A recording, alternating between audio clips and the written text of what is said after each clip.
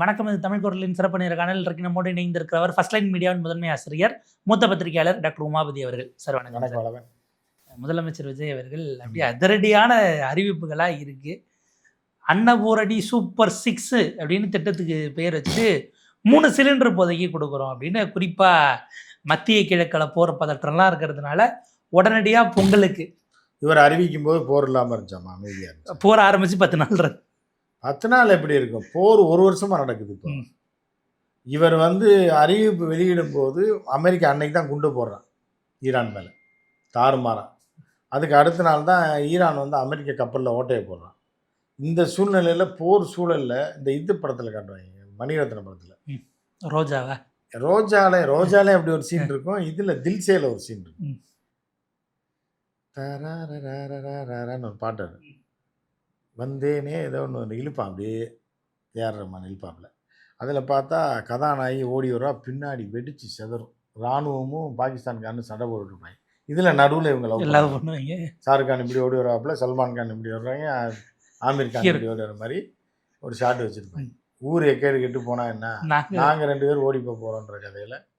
So இந்த மாதிரி அங்கே சண்டை நடந்துகிட்டு இருக்கு. அவங்க மாறி மாறி சண்டை போட்டுட்ருக்காங்க. இன்னும் நிறுத்தின பாடக்கான ஒரு 3 சிலிண்டர் தராரு அப்படின்னா இது எல்லாமே மக்களை இன்னும் பிச்சைக்காரனை ஆக்குறதுக்கான வழிதான். ஆக்சுவலாக அறிவிச்சது 6.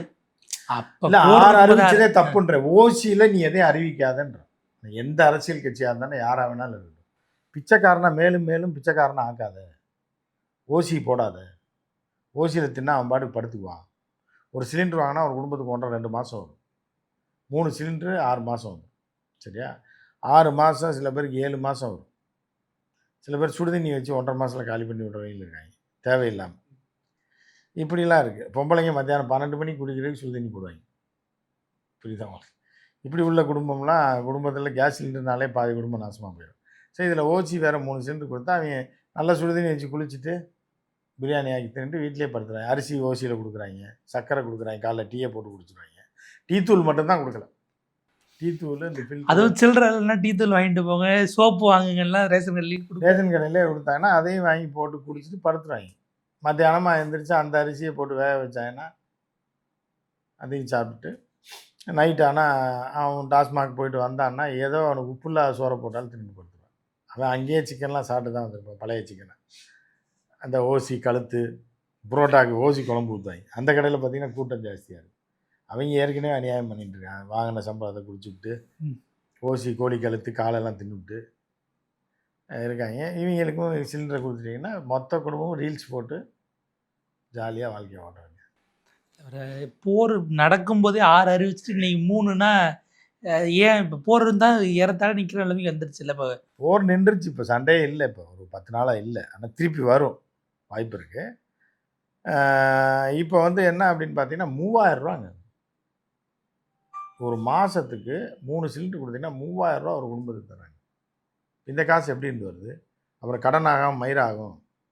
இல்லை பல லட்சம் கோடி கடனை வாங்கி வச்சுருக்காங்க. 10 லட்சம் கோடிக்கிட்ட கடனை வாங்கி வச்சுக்கிட்டு இன்னும் ஓசியில் இவங்க வாழ்கிறதுக்காக, இவங்க அரசியல் பண்ணுறதுக்காக தலைக்கு 3000 ரூபா சிலிண்டரு, 2500 ரூபா பொம்பளைங்களுக்கு, ஓசி பஸ்ஸு இப்படின்னு கொடுத்து இந்த மாநிலத்தை நாசக்காடாக்கி குப்பைக்காடாக்கி பிச்சை எடுக்கிற நிலைமைகளை.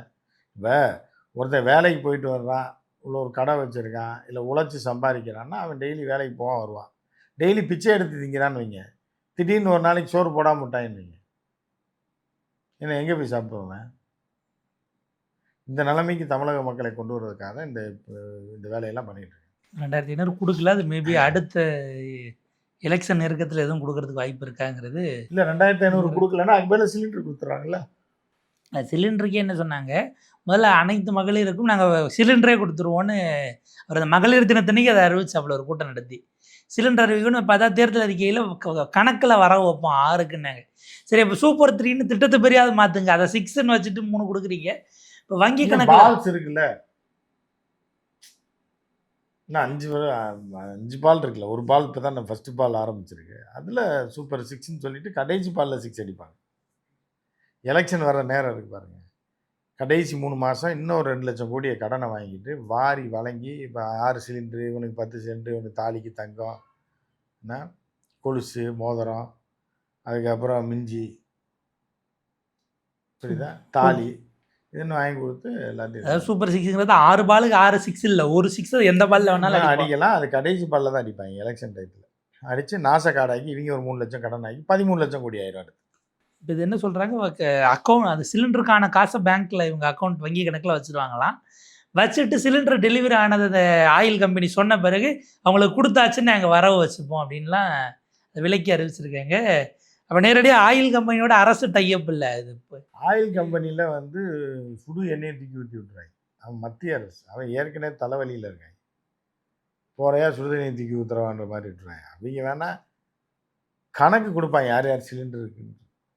அந்த கணக்கை வச்சு அந்த அக்கௌண்ட்டு ஜன்தன் அக்கௌண்ட்டு அந்த அக்கௌண்ட்லாம் இருக்குல்ல அதில் கொடுத்து. அமிதாப் பச்சனே சிலிண்டர் வாங்கிட்டு இருந்தார் காங்கிரஸ் ஆட்சியில், மானிய சிலிண்டர் 350 ரூபாய்க்கு.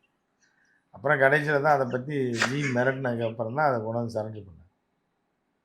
இது ஆடிக்கே 6 கோடி கேட்குற அமிதாப் பச்சன் 350 ரூபா சிலிண்டர் வாங்கி ஜெயபாதிரி குழம்பு வச்சுக்கிட்டு இருந்திருக்கு ஒரு நாள், சப்பாத்தி சுட்டுக்கிட்டு இருக்கு. இந்த மாதிரி கொடுமையெல்லாம் இந்தியாவில் காங்கிரஸ்கார ஆட்சியில் தான் நடந்துச்சு. இப்போ வந்து இவர் வந்ததுக்கப்புறம் யார் மோடிஜி வந்து மிரட்டினாங்க. மோடிஜியும் தேவை தான் இந்த நாட்டுக்கு.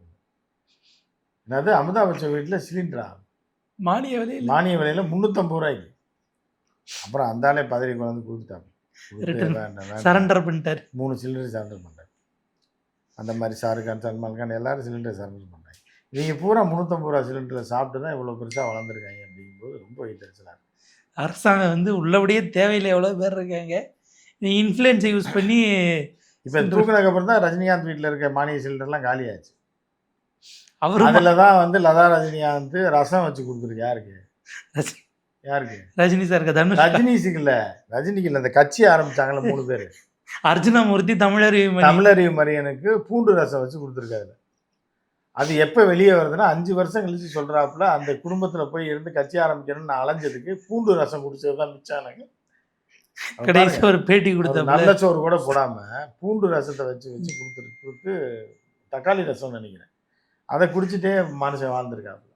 அதை 3 வருஷம் கழிச்சு வெடிச்சு செதறிருக்காரு. ஆப்பிடைசரா அதை மட்டும் கொடுத்து அனுப்ப முடியாதுல்ல, அதில் சோறு போடணும்ல. வெறும் ஆப்பிடைசர் மட்டும் கொடுத்தீங்கன்னா அந்த மாதிரி ஒரு இதில் எல்லாம் போட்டிருக்காங்க. ஸோ இப்போ இது வந்து இது 1.25 கோடி பேர் கொடுக்க போகிறாங்க.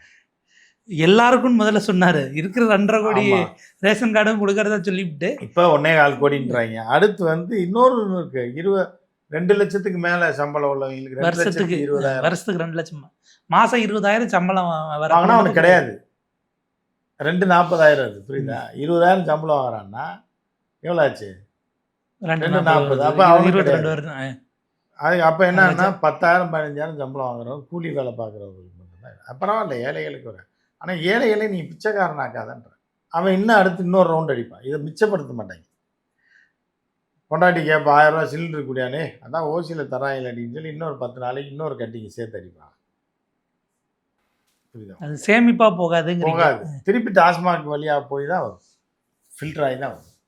அது கவர்மெண்ட்டுக்கு தானே போகுது. அப்படி பார்த்தாலும் அது கவர்மெண்ட்டுக்கு தான் போகுது. அப்படி வாங்கி வர்ற குழாயில் வர்ற தண்ணியில் பாதி இதாயிரும்ல. அப்படி வாங்கி சிலிண்டருக்கு இங்கே கொடுத்துருவாங்க. அவன் பாட்டுக்கு டாஸ்மாகில் போய் இதை சாப்பிட்டான்னு வைங்க, மீன் வறுவலையும் இதையும் சாப்பிட்டான்னா அது கடை போய் ஏலம் எடுக்கிறவனுக்கு போயிரும்ல, கவர்மெண்ட்டுக்கு வராதுல்ல. சரக்கு போதும், ஆனால் 100 பக்கோடா சிக்கன் பக்கோடான்னு வைங்க, 50 ரூபா அந்த பக்கம் போயிடும். ஸோ அது எப்படி சமாளிக்க போகிறாங்கன்னு தெரில. இன்னும் 2 லட்ச ரூபா 2 லட்சம் கோடி கடனை வச்சு விட்டு போயிடுவாங்க. ஏன்னா வருமானத்தை வச்சு ஏலம் கட்டுறவங்க பணம் கொடுக்குறதுல அது தனி தான். எவ்வளோ வந்தாலும் அது இதுக்கு சம்மந்தம் இல்லைங்கிற மாதிரி அவங்க அதை கணக்கு காட்ட மாட்டாங்க. இன்னொரு பக்கம் பெண்களுக்கான பேருந்து ஏற்கனவே ஒயிட் போர்டில் மட்டும் இலவசம் இருந்தது, விலையில்லா பேருந்து எல்லா ஏசி பஸ்ஸை தவிர எல்லாமே அப்படிங்கிற மாதிரி. ஏன் ஏசி பஸ் இப்போ ஓடுறது ஏசி பஸ், மீதி என்ன எல்லா பஸ்ஸும் ஓடுது. அப்போ ஏழை பெண்கள் ஏசியில் போகிறதுக்கு வந்தது இல்லையா? பெண்கள் முன்னேற்றத்தில் அக்கறை இல்லையா? தங்கச்சிகளை வளர்த்து விட வேணாம். தங்கச்சிகள்லாம் சாதா பஸ்ஸில் தான் போகணுமா? இடிச்சிட்டு சேர ஆட்டோவில் தான் போகணுமா? ஏசி பஸ்ஸில் வந்து தாய்மாமன் ஆட்சியில் வந்து போக முடியாதா? தம்பி ஆட்சியில், மகன் ஆட்சியில் ஒரு தாய்மார் ஏசியில் போக முடியலன்னு அப்புறம் என்ன? இல்லை, வட இந்திய ரீல்ஸ்காரங்க போட்டாங்க ஏசிங்கிறது இதுக்கு அத்தியாவசியம், இனிமேல் தமிழ்நாட்டில் எல்லாருக்கும் ஏசி பேருந்து மட்டும்தான் விடுவேன்னு ஒரு சொன்னதா அவங்க 2 மாதத்துக்கு முன்னாடியே போட்டு விட்டாங்க. நார்த்தில் ரீல்ஸை போட்டு அதை பல மில்லியன் பேர் பார்த்துட்டாங்க. இப்போ எல்லாரும் ஏசி பஸ் ஓடுற மாதிரி தான் மோடி பண்ணார்ல, குஜராத்தில் ஏசி பஸ் ஓடுற மாதிரி ஒரே ஒரு பஸ்ஸை வாங்கி ஃபோட்டோ எடுத்து போட்டு விட்டாங்க, கேட்லாக் வாங்கி. அது பஸ் வாங்கலாம், அந்த கேட்லாக் எடுத்து போட்டு ஃபோட்டோஷாப்பில் பண்ணி போட்டாங்களா அந்த மாதிரி புல்லட் ட்ரெயின் சைனா ட்ரெயின் இங்கே விட்ட மாதிரி காட்டி விட்டு போட்டு விட்டு மோடி ஜெயிக்க வச்சாங்க. அதே மாதிரி கடைசியில் மண்ணோட மண்ணா போகிறேன், தெருவுக்கு தான் போகிறேன் ஓட்டு போகிறவங்க. அதே போல் ஆக்சுவலாக தமிழ்நாடு முழுக்கன்னு அவர் அறிவிச்சிருந்தார். நாங்கள் அதில் அளவுகோல்லாம் வைக்க மாட்டோம், எல்லாருக்கும் ஃப்ரீ. தமிழ்நாடு முழுக்கன்னா இப்போ மாவட்டம் டு மாவட்டம் அந்த வண்டியெலாம் இல்லை. மாவட்டத்து எண்டில் அந்த புறநகர் பேருந்து இருக்கும்ல, மாவட்ட பார்டர்லேருந்து பக்கத்து மாவட்ட எல்லை வரைக்கும் போயிட்டு வர்றது, அதில் இலவசம் அப்படிங்கிற மாதிரிலாம் அறிவிச்சிருந்தாங்க. இல்லை அதில் இலவசம் வச்சிங்கன்னா சொந்த ஊருக்கு கிளம்பி போயிடுவாங்க எல்லாரும். வீட்டில் ஒரு புருஷனோட பொண்டாட்டி இருக்க மாட்டாங்க. புரியுதா? சண்டை ஆயிடுச்சு சண்டை ஆயிடுச்சுன்னா டப்புன்னு திருவண்ணாமலை பஸ் ஏறிடுவாங்க, இல்லைன்னா இப்போ விழுப்புரம் பஸ் ஏறி போனாங்கன்னா திருப்பி இவன் போய் காசு கொடுத்து போய் கூட்டு வரணும்.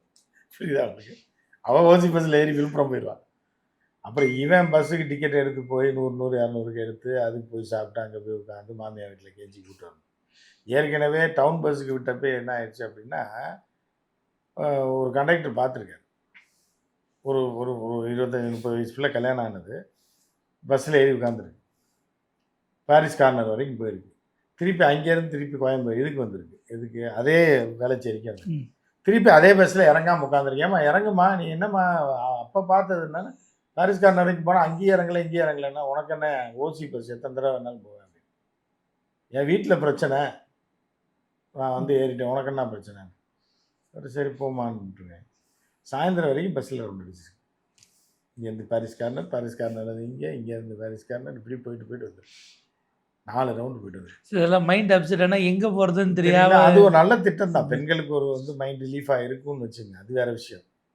டப்புன்னு நீங்கள் கையில் காசே இல்லை, புருஷன் பொண்டாட்டிக்கு சண்டை அப்படின்னா டப்புன்னு வெளியில் வந்தால் பஸ்ஸு நிற்கிது, எங்கேயோ ஒன்று ஓசி தானே. ஆண்கள்லாம் சட்டையை போட்டுட்டு எங்கே போகிறேன்னு சொல்லாமலே குடுக்குன்னு வெளில போயிடுவாங்கல்ல. அதே மாதிரி வண்டி ஏறி நேராக கோயம்பேடு போகுதோ கொருக்குப்பேட்டைக்கு போகுதோ ஏறி போக வேண்டியதானே. சார் இப்போ இந்த வெளியூர் பஸ்ஸு ரொம்ப ஆபத்தாயிடும், அது குடும்பத்தை பிரிக்கிற மாதிரி ஆயிடும். இது கூட எப்படி 4 ரவுண்டு போனால் 10 மணிக்கு மேலே பஸ் இருக்காது, வீட்டுக்கு வந்துடுவாங்க. வெளியூர் பஸ்ஸில் ஃப்ரீ அப்படின்னா வேறு மதுரை வரைக்கும் ஏறி போயிட்டாங்க. எப்படி இவன் போய் திருப்பி 2000 ரூபா செலவு பண்ணி கூப்பிட்டு வரணும், ரொம்ப கஷ்டம். கூட்டிகிட்டு தங்கச்சியை காணும், அப்பாவை காணும், மாதிரி தங்கச்சியை காணும், தேடி போகணும். என்ன பண்ணுறது? ரொம்ப சிக்கலுக்குரியதுதான். இன்னொரு பக்கம் பரந்தூர் விமான நிலையத்தை கைவிடுவதாக அறிவிச்சிருக்கிறாங்க. அது வேணும் வேணாங்கிற அந்த வாதத்தை தாண்டி எலெக்ஷன் முன்னாடி அவர் சொன்னதை போல் ஒன்று செஞ்சுருக்காரு. பலரும் சோஷியல் மீடியாவில் என்ன போடுறாங்க, சந்திரபாபு நாயுடு ரொம்ப சந்தோஷமாக இருப்பார், அவருக்கு அங்கே டெவலப் பண்ணுறது வர்றது இங்கே இருக்கிற கம்பெனி பூரா வர இதாக இருக்குங்கிற மாதிரிலாம் போடுறாங்க. டிகே சிவகுமார் சந்தோஷமாக இருப்பார்னு போடுறாங்க. எப்படி பார்க்குறீங்க அதை கைவிடுறதுங்கிறது? இது சென்னையினுடைய நாளைக்கு இண்டஸ்ட்ரியல் இன்வெஸ்ட்மெண்ட்டோ அதிலெல்லாம் டோட்டலாக காலி முடிஞ்சு போச்சு. அதாவது எந்த அரசாங்கமாக இருந்தாலும் அந்த முட்டாள் அரசாங்கம் வந்து ஒரு ப்ராஜெக்டை இம்ப்ளிமெண்ட் பண்ணி அதுக்கு ஒரு 3 வருஷம் ஒர்க் பண்ணி இடத்த தேர்வு பண்ணி அதில் உள்ள பல்வேறு மெரிட்ஸ் டிமெரிட்ஸ்லாம் ஆய்வு பண்ணி ஒரு இடத்த ரெடி பண்ணுறாங்க. அப்புறம் 90% பேருக்கு வந்து காசை கொடுத்துட்றாங்க, கொடுத்து முடிஞ்சிருச்சு, வேலையை ஆரம்பிக்க வேண்டியதான் பாக்கி. சென்ட்ரல் கவர்மெண்ட் அப்ரூவல் கொடுத்துருச்சு. புரியுது உங்களுக்கு? வேலையை ஆரம்பித்தா ஒரு 2 வருஷத்தில் ஃபுல் ஃப்ளெஜ் விமான நிலையம் வந்துடும். 1 வருஷத்தில் கூட பண்ணலாம் ஃபண்டிங் இருந்தால். அந்த நேரத்தில் போய் கேன்சல் பண்ணுறாங்க அப்படின்னா இதை விட ஒரு பெரிய முட்டாள்தானே எதுவுமே இருக்க முடியாது. இது முழுக்க அரசியல் காரணம். இவங்க என்ன சொல்கிறாங்கன்னா, சில்லறத்தனமாக சில பேர் யோசிக்கிறாங்க. என்ன யோசிக்கிறாங்கன்னா, நிறையா திமுககாரன் இடம் வாங்கி போட்டிருக்காங்க, ரியல் எஸ்டேட்டில் வாங்கி போட்டு போகிறான். உனக்கு வந்து விமான நிலையம் சரியான நேரத்தில் சரியான இடத்துல சரியான இதில் வருதா? பிஸ்னஸுக்கு தமிழ்நாடு பிஸ்னஸ் டெவலப் ஆகிறது இருக்கா? அது எல்லா அரசியல்வாதியும் செய்கிறது தான். எம்ஜிஆர் காலத்துலேருந்து முன்னாடிலேருந்து அதான் செய்வாங்க. ஏதாவது ஒரு இடத்துல போட்டு தான் ஆகணும். அங்கே அறிவிப்பு அப்படிங்கும்போது எல்லாருக்கும் தெரிஞ்சிடும். இப்போ டிமானிட்டைசேஷன் பண்ண போகிறது குஜராத்காரனுக்கு பூரா தெரியலையா? சொல்லிவிட்டு எவனும் ஒருத்தன் கூட பாதிக்கலையே. பாதிச்ச பூரா ரோட்டில் வரிசையில் நின்றவன் தான் பாதிச்சான். ராமர் கோயில் கல்யாணத்துக்கு காசு வச்சிருக்கவன் தான் பாதிச்சான். ராமர் கோயிலை சுற்றி அங்கே டெல்லி அதிகாரிகள் பூரா இடத்த வாங்கி போட்டு பண்ணலையா? பிஜேபிக்காரன் பூரா அது எல்லாம் இருக்குது. அதை பண்ணி அதை பார்க்கறத விட முதல்ல ஒரு ப்ராஜெக்ட் அது ஒர்த்தா இல்லையா, அதில் ஏதாவது ஊழல் நடந்திருக்கா, இல்லை வேறு ஏதாவது மேஜரான டிஃபெக்ட் இருக்குது இங்கே அப்படின்னா பரவாயில்ல. நீங்கள் எங்கே இடத்த கைப்பற்றினீங்கனாலும் அங்கே வந்து ஒரு 1000 பேர் எல்லாம் விவசாய நிலம் பண்ணாமல் எல்லாம் வந்து கடற்கரையில் போட போகிறாங்க. எங்கே போனாலும் நிலங்கள் பாதிக்கப்படும், இண்டஸ்ட்ரி பாதிக்கப்படும், இல்லை வீடு பாதிக்கப்படும். இதில் குறைந்த அளவு பாதிப்பு ஏற்படுத்தக்கூடிய இடம்ன்றதுலாம் கடந்த ஆட்சியில் பண்ணியிருக்காங்க. இதையும் கேன்சல் பண்ணால் இதெல்லாம் வந்து கேடு காலம். தமிழ்நாட்டுக்கு மக்கள் போராடாத இடமா பார்த்து நாங்கள் தேர்வு செய்வோம் அப்படிங்கிறாங்க. எங்கே இருக்குது அப்படி ஒரு இடம்? எங்கே இருக்குது மக்கள் போராடாத இடம்? எங்கே இருக்குது? இனிமேல் 5 வருஷத்துக்குள்ள தேடி கண்டுபிடிச்சு கண்டுபிடிச்சி ஏர்போர்ட் திறந்து இதில் போய் வந்து கிழிச்சிருவாங்க. பார்ப்போம் சார். அவங்க சொன்னது ஒன்று, பலதை அறிவிச்சிருக்காங்க. ஆனால் அது யாருக்கு உள்ளபடியே பயனடையுங்கிறத நம்ம பொறுத்திருந்து தான் பார்க்கணும். உங்கள் நேரத்துக்கு பதிலுக்கு நன்றி. நன்றி, வணக்கம்.